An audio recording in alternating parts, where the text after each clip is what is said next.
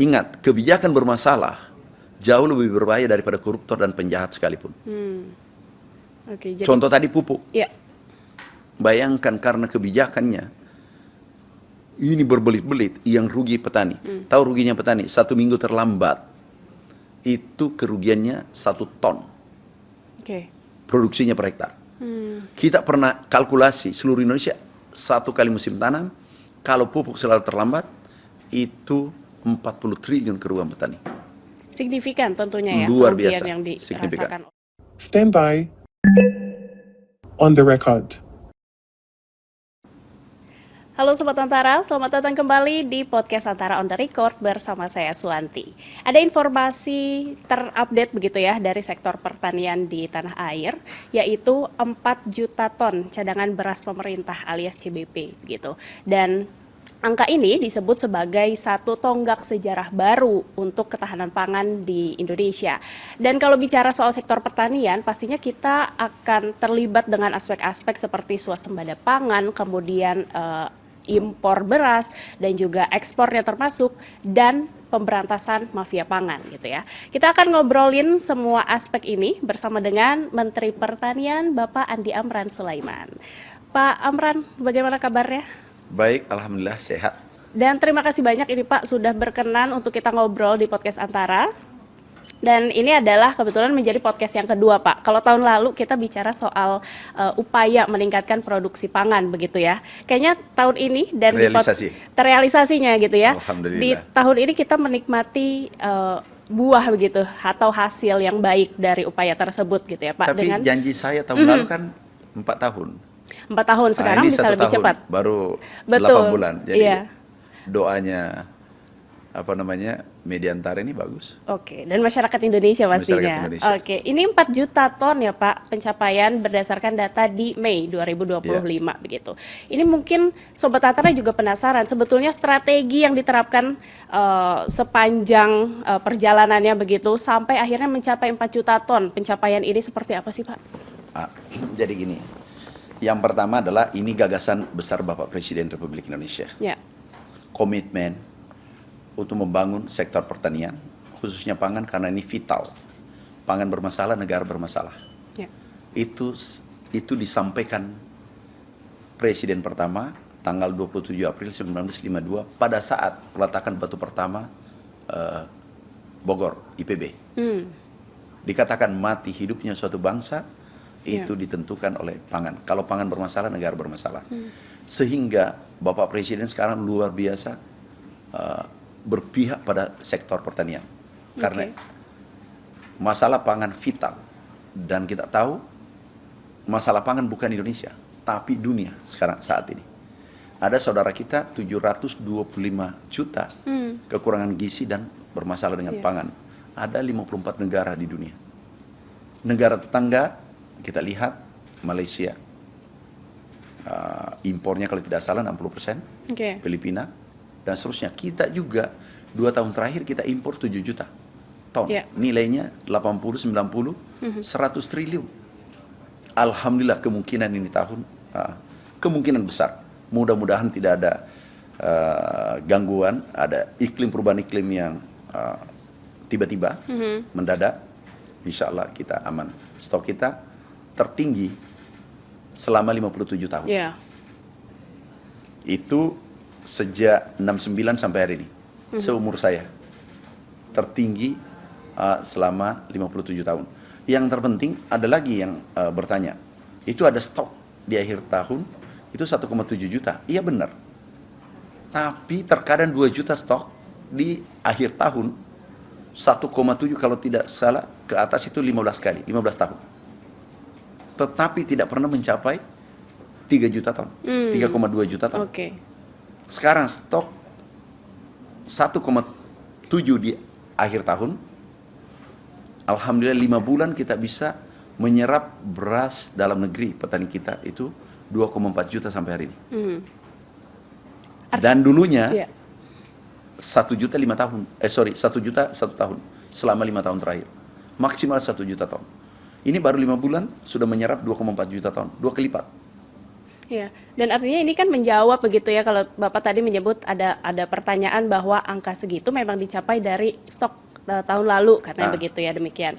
Tapi walaupun begitu, tanpa adanya upaya yang berkesinambungan begitu ya dari pemerintah dan juga dari berbagai pihak dan kolaborasi, ini tidak akan tercapai angka 4 juta ton ini, begitu maksudnya Pak ya? Itu sudah pasti. Ini adalah bukan capaian kami saja, Kementerian Pertanian.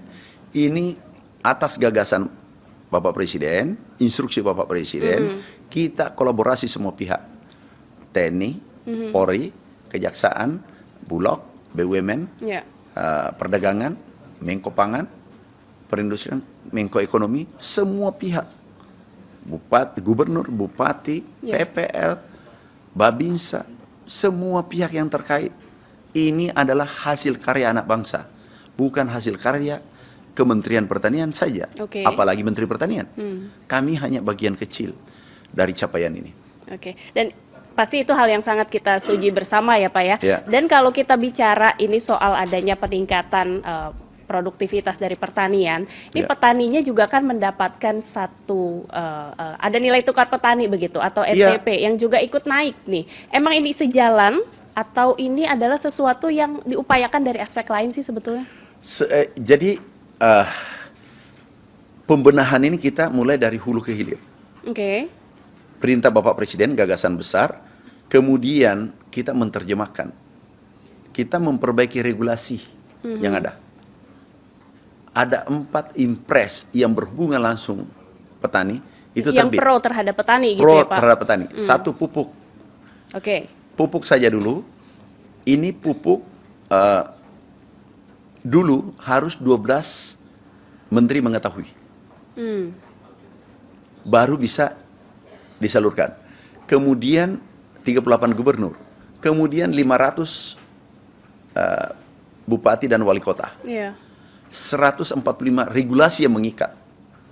Hari ini impres turun dari keputusan Menteri Pertanian langsung ke produsen pupuk Indonesia, ke petani.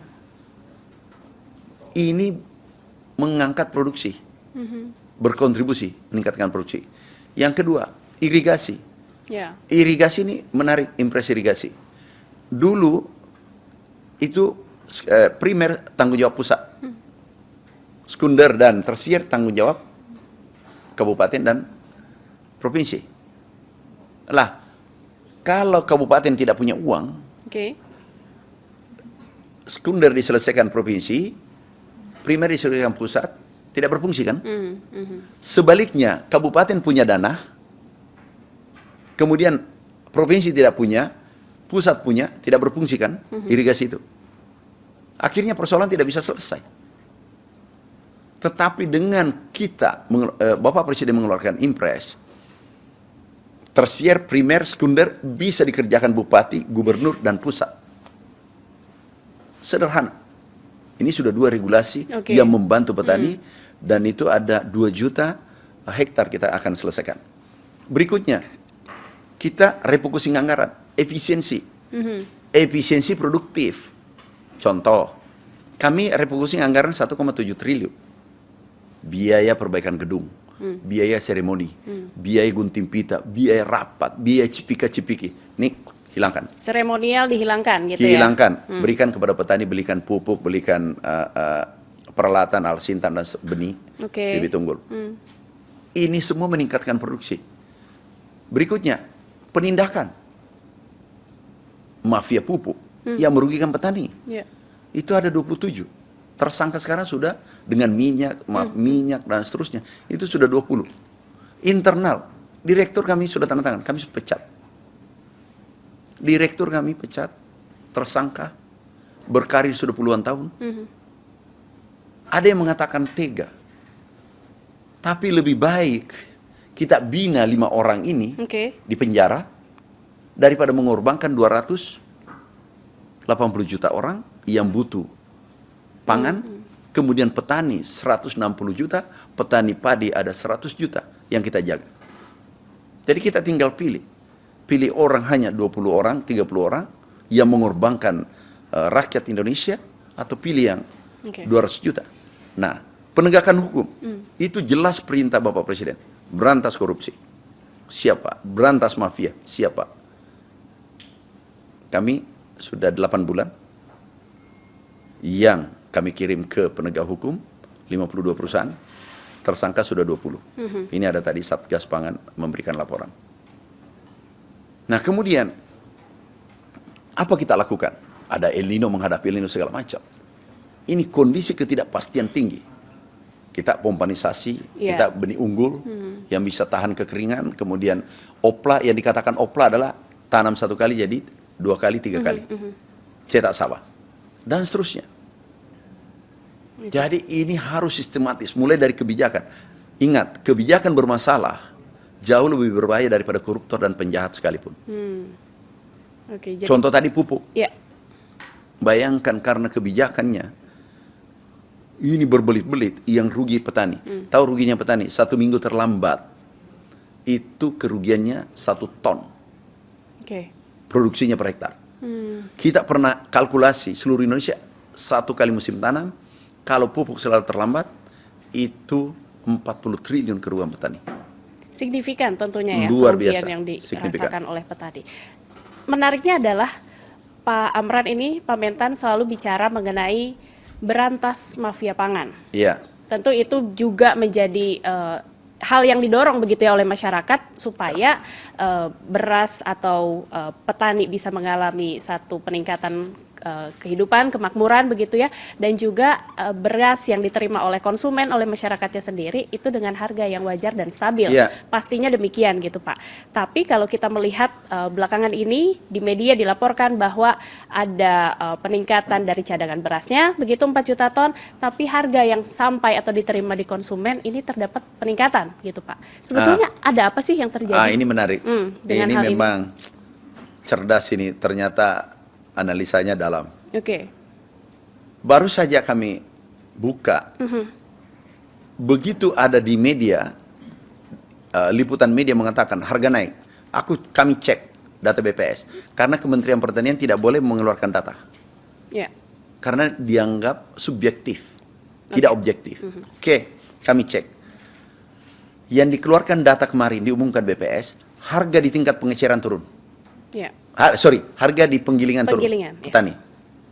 Menurut Anda, di konsumen turun apa naik? Semestinya turun. Begitu. Berarti salah kan? Ada yang salah kan? Middleman. Ada lagi yang lebih menarik. Ada data dari Cipinang kami terima. Keluar beras 11.000 ton 1 hari. Itu 1.000 truk keluar 1 hari. Itu tidak masuk akal. Itu suatu anomali gitu? Anomali dan tidak pernah terjadi. Selama 5 tahun kami cek datanya tadi subuh. Itu anomali, nggak pernah terjadi. Menurut di sana ini adalah penyesuaian. Mengecek kembali, datanya keliru. Berarti datanya dulu tidak dipercaya dong. Mau jawab apa kira-kira? Berarti tidak benar datanya selama ini.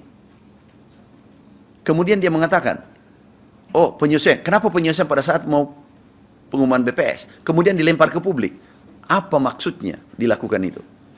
Memanipulasi data, tanda petik ya, dugaan sementara. Data dimanipulasi, kemudian dilempar ke publik. Apa tujuannya? Mau impor. Ini nggak benar ini semua. Kami minta Satgas turun, cek kebenaran data itu. Kami sudah minta Mabes, Polri, Satgas Pangan, cek itu. Ada juga yang anomali juga di sini. Harga di tingkat petani 12.000. Harga di konsumen 14.000. Berarti 2.000 kan per kilo. Kalau produksi kita baru-baru ini mencapai 21 juta ton. Kali 2.000. Atau ada yang mengatakan 15.000. Average. Katakanlah 2.000. Artinya middleman dapatkan 42 triliun dalam 5 bulan. Petani hanya dapatnya itu 1,5 juta satu keluarga per bulan. 1,5 juta. Mereka bertarung siang malam menjaga padinya. Penuh lumpur, tenggelam dengan lumpur. Dan aku petani, aku ngerti itu. Dulu aku petani sampai sekarang. Aku ngerti itu. Dia dapatnya hanya 1,5 juta. Dan kita beri, Bapak Presiden naikkan harga APP 6.500. Beliau sudah bahagia. Pupuk tidak ada lagi keluhan. Beliau sudah bahagia, irigasi kita kerjakan. Beliau sudah bahagia. Begitu bersyukurnya petani Indonesia. Tapi orang yang hanya bekerja memindahkan dari Jawa Timur ke Cipinang atau kemana, itu mendapatkan keuntungan seluruh Indonesia, pedagang, itu adalah 42 triliun nilainya. Apakah ini adil? Sudah tidak adil, menurutku nih, pandanganku. Menzolimi lagi, mengeluarkan data yang tidak benar. Saya ulang, supaya clear. Sesuai BPS, harga di tingkat petani penggilingan turun. Sepakat ya? Ya. Kalau turun berarti konsumen Mendapatkan harga yang turun juga. Gitu ya. turun kan? Terus kalau naik, aku bertanya, kan sudah banyak pertanyaan, aku tanya satu, salah apa benar itu? Itu sesuatu yang salah dong Pak. Ya, Keliru. Tapi bicara soal middleman, ini sepertinya patut untuk dijelaskan lebih panjang dan komprehensif gitu Pak. Ya. Apa, siapa middleman ini kalau dari pandangan Pak Amran? Jadi gini, ada memang, kan tidak semuanya jelek, ada yang baik, Oke. ya kan? Ada juga sengaja memframing, melakukan suatu tindakan baru framing ke media kemana-mana. Ini kan yang nggak benar. Ujung-ujungnya minta operasi pasar Oke. atau minta impor. Ini kan tidak benar. Niatnya tidak bagus. Ada juga, jadi tidak semuanya, mungkin bagian kecil saja pelakunya. Tapi sebagian besar orang baik. Nah, solusi ke depan adalah memotong supply chain yang panjang ini, kami hitung 7 sampai 8. Nanti ke depan koperasi merah putih. Oke. Ada di setiap desa, kemudian dari produsen langsung ke koperasi langsung ke konsumen. Oke. Jadi 8 kita potong, 8 menjadi 3. Nah, kalau ini insya Allah koperasi terbangun, ini bisa memotong rantai pasok, meningkatkan harga di produsen, meningkatkan kesejahteraan berarti kan, kemudian daya beli juga meningkat. Yang dulunya beli 1 kilo bisa membeli 1,5 kilo atau 1/4 kilo. Kenapa? Nilai middleman untuk beras saja kami hitung 313 triliun. Katakanlah koperasi untung nanti idealnya ya 50 triliun. Ada 260 triliun yang terbagi ke konsumen dan terbagi ke petani. Negara sejahtera, negara kuat. Betul. Benar nggak? Kami hitung kemarin itu, ini baru bulan 5. Tadi kita hitungan sederhana, itu 42 triliun. Nah, middleman ini kita harus pangkas. Ini juga menarik nih Pak, bahwa Koperasi Merah Putih ini rencana ke depan begitu ya. Tapi sejauh ini update-nya seperti apa? Kami koordinasi dengan Menteri Koperasi ya. dengan Pak Menko Pangan, sementara sudah berjalan. Mudah-mudahan bisa lebih cepat selesai. Oke. Kalau dibilang secara holistik begitu pendekatan yang dilakukan, termasuk Bapak selalu menyebut bahwa perlu juga bersih-bersih secara internal. Oh ya. Seperti apa itu sudah dilakukan? Mutlak. Kalau kita niatnya sebagai pemerintah atau regulator yang bermain-main, korbannya terlalu banyak. Kalau Kementerian Pertanian bermain, korbannya berapa? 284 triliun yang merasakan. Contoh kemarin pupuk palsu. Pupuk palsu ada 5 perusahaan, itu korbannya adalah 100.000 petani. Oke. Berarti keluarganya 400.000. Pupuk palsu dijual ke Kementerian Pertanian dan sudah tersangka.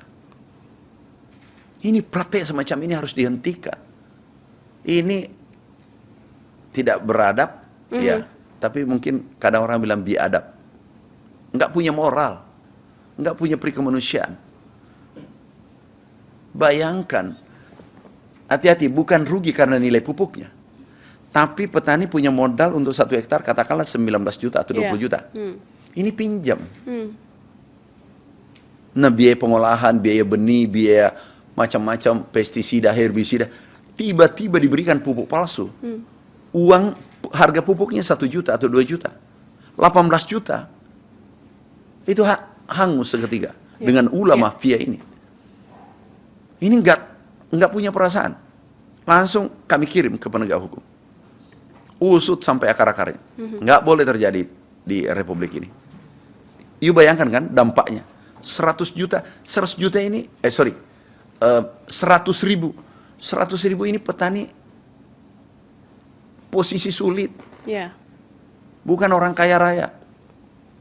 Siapa yang mau bela kalau bukan pemerintah? Selama ini kita biarkan, dan itu sudah lama terjadi. Kelihatannya. Tapi baru kami masuk menteri, dulu 400 tersangka dulu. Sekarang masih sedikit, baru 20. Kalau aku dapat, sepertinya akan hajar terus ya Pak ya? Pak Amran, bukan dihajar, aku sayang mereka. Supaya nanti jangan masuk neraka. Semua agama mengatakan kalau korupsi, nggak ada agama yang membenarkan di Republik ini. Pasti. Aku yang sayang, aku tanya nih balik. Kalau aku biarkan, yang korban adalah rakyat Indonesia, dia sendiri, aku juga. Benar nggak? Tapi kalau aku gunting, pangkas dia, itu berarti aku mencintai mereka kan? Mumpung masih ada pintu tobat. Benar nggak? Jangan dibalik. Justru kalau aku membiarkan, ini aku tega, manusia tega. Tapi karena aku pecat, aku kirim ke penjara, ke penegak hukum, aku penyayang. Aku sayangi mereka, ada pintu tobat sebelum ajal menjemputnya. Benar nggak? Jangan terbalik-balik. Jadi tolong sampaikan, ini Menteri Pertanian penyayang. Menyayangi pegawai karena dia pecat. Daripada nanti mereka nggak ada lagi kalau sudah meninggal. Mau apa lagi? Nggak ada. Terlambat begitu ya Pak? Mau kembali, nggak bisa lagi. Nggak ada kata mundur lagi kalau sudah menyeberang. Oke. Terakhir Pak Amran pejabat publik yang juga begitu kencang ya menyuarakan soal bersih-bersih mafia pangan. Keliru begitu ya. lagi, lemah lembut. Lemah lembut begitu. Lemah lembut, penyayang. Oke. Karena aku tanya, kita sudah ada konsensus penegakan hukum. Ini regulasi kita. Yang jahat ini yang melanggar atau yang mematuhi? Yang melanggar tentu. Itu yang jahat kan? Berarti aku penyayang kan?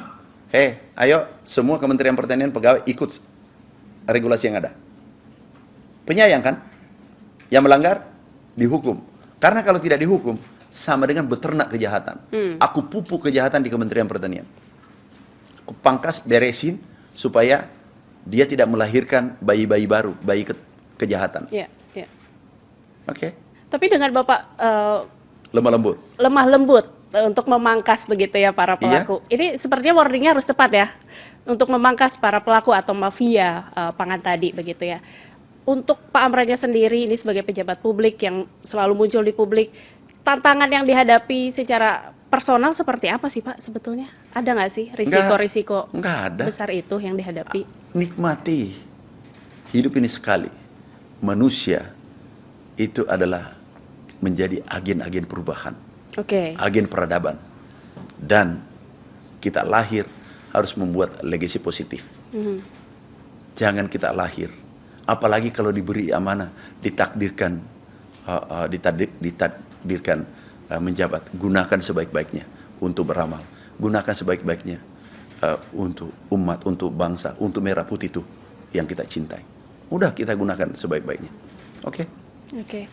Pak Amran, ini terima kasih banyak. Mungkin ada satu pesan atau target paling dekat nih yang ingin dicapai oleh Kementerian Pertanian khususnya setelah mencapai 4 juta ton tadi. Insya Allah Bapak Presiden perintahkan uji coba kedelai terbaik gandum di Indonesia. Delegasi sudah berangkat, kami berangkatkan ke Jordan dan Brasil. Karena di sana iklim tropis. Kita berdoa bersama-sama, mudah-mudahan bisa tumbuh dengan baik di Indonesia. Kami sudah kerjasama Jordan untuk membangun gandum di Indonesia. Oke, terima kasih banyak Pak Amran itu untuk ngobrolnya bersama Podcast Antara. Dan itulah ngobrol Podcast Antara on the record bersama Bapak Menteri Pertanian, Bapak Andi Amran Sulaiman. Jangan lupa untuk menyaksikan Podcast Antara di antaranews.com dan YouTube Antara TV Indonesia. Kita ketemu lagi di episode Podcast Antara berikutnya. Sampai jumpa.